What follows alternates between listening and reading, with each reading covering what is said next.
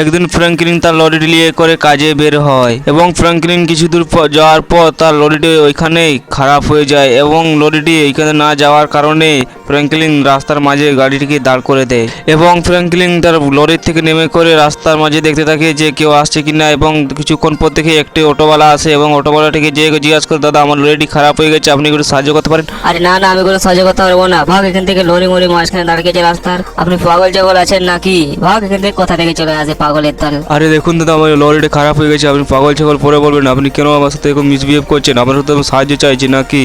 আরে আমি কোনো পাগল জগলকে আমি সাহায্য করতে পারি না রে। আরে তুই পালাচ্ছিস কোথায়? দাঁড়া বলছি, দাঁড়া দাঁড়া দাঁড়া, কোথায় পালাচ্ছিস? আরে এ তো পালিয়ে গেল। আরে ভাই তুই আমাকে মারবি নাকি? গাড়িটি কেমন চালাচ্ছিস? আরে মোটরওয়ালা ভাইয়া আমাকে একটু সাহায্য করুন না।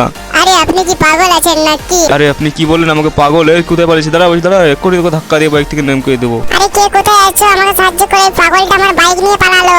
আরে কি তুই আমাকে আরো পাগল বললি? তুই দাঁড়া দাঁড়া, তুই কোথায় পালাচ্ছিস? তুই দাঁড়া বলছি, দাঁড়া। আরে কে কোথায় আছো? আমাকে বাঁচাও, এই পাগলটা আমাকে মেরে ফেললো। আরে কোথায় পালাচ্ছিস তুই? দাঁড়া দাঁড়া, বারবার আমাকে পাগল বলছিস। বন্ধুরা, পরবর্তী পার্ট 2 দেখার জন্য ভিডিওটিকে লাইক করে চ্যানেলটিকে সাবস্ক্রাইব করো।